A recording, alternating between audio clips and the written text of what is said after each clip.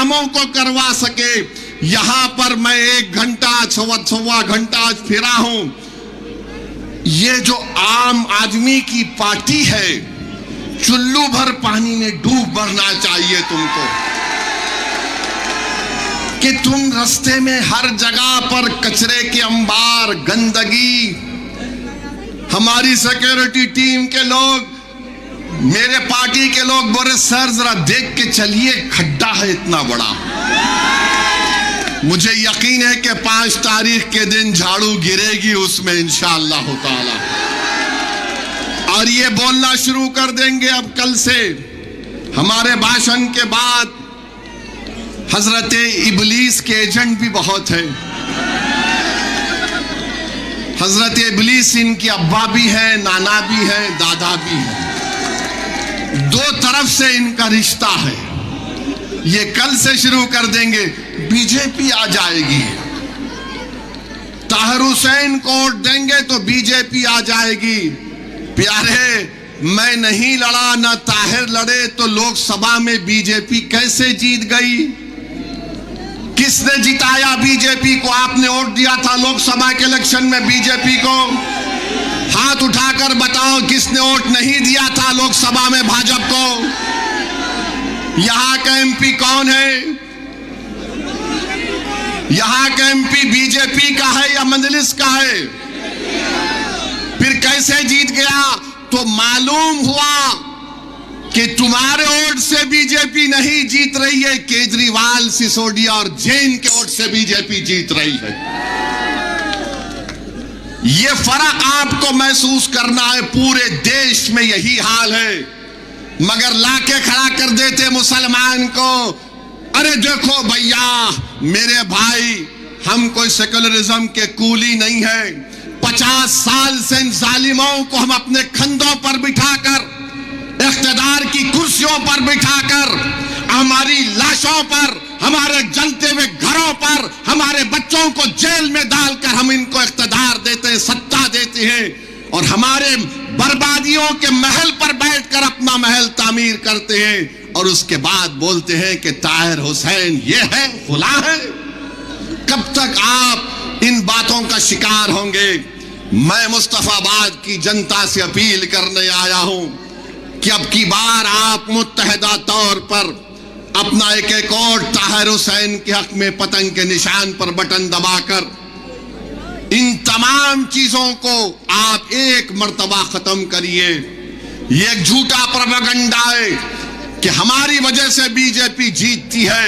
नहीं जीतती हमारी वजह से बीजेपी। बीजेपी जीतती है तो केजरीवाल की वजह से जीतती है। बीजेपी जीतती है अखिलेश यादव की वजह से जीतती है।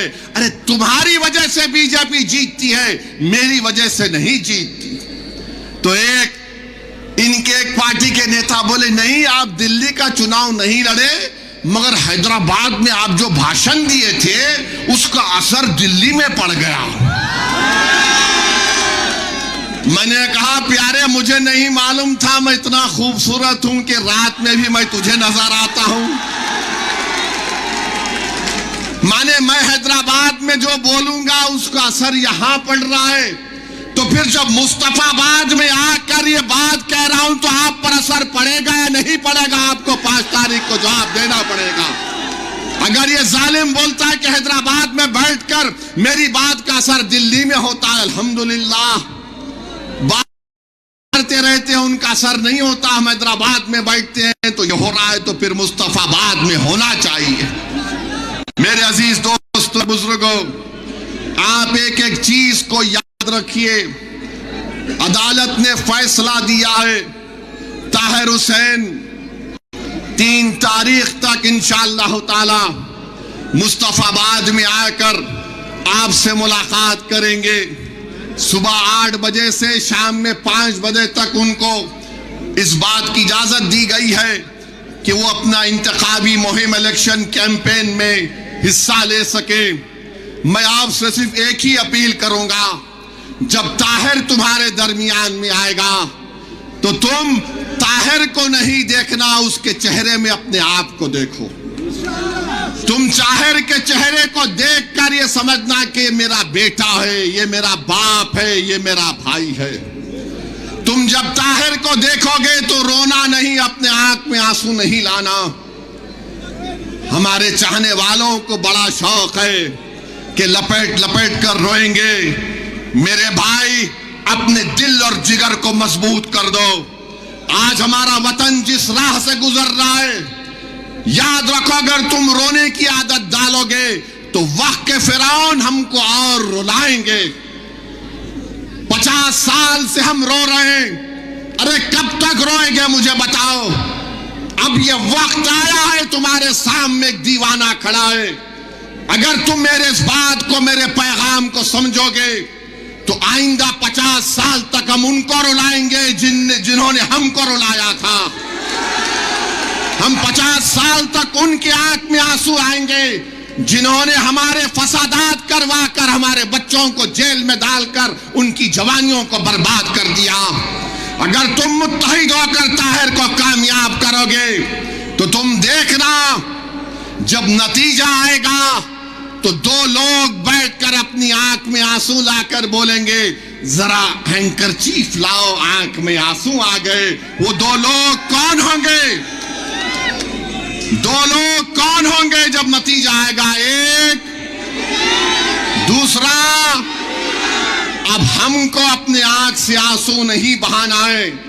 अपने हौसलों को बुलंद रखो, अपने हौसलों को बुलंद रखो, अपने परवरदिगार से अपने रिश्ते को मजबूत रखो, तवक्कल पैदा करो। अरे मेरे भाई, क्या तुम नहीं देखते गाजा में क्या कुछ हो रहा है? 50,000 लोग मर गए, जिसमें से 20,000 तो बच्चे और खवातीन हैं।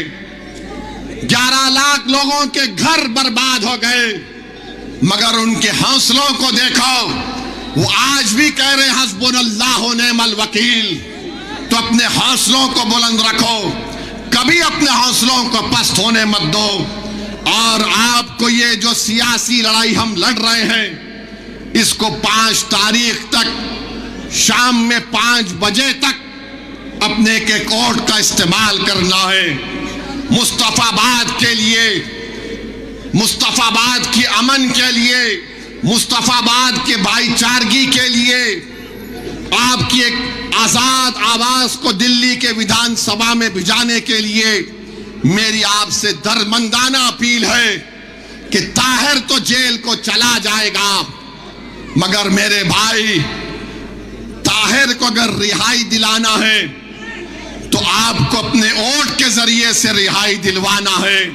कानून तो अपना काम करेगा। जिन वक्त के फिरौनों ने ताहिर को जेल में डालकर समझा था कि हम इसको बदनाम करके गुमनाम कर देंगे, मजलिस ने और ओवैसी ने कहा कि तुम जेल में डालोगे तो हम शिफा और ताहिर को जनता में लाकर खड़ा करेंगे। अब जनता में आपके सामने है, जनता को अपने जमहूरी अंदाज में अपने के कोर्ट का इस्तेमाल करके ताहिर हुसैन को कामयाब करिए। ये आपकी कामयाबी होगी।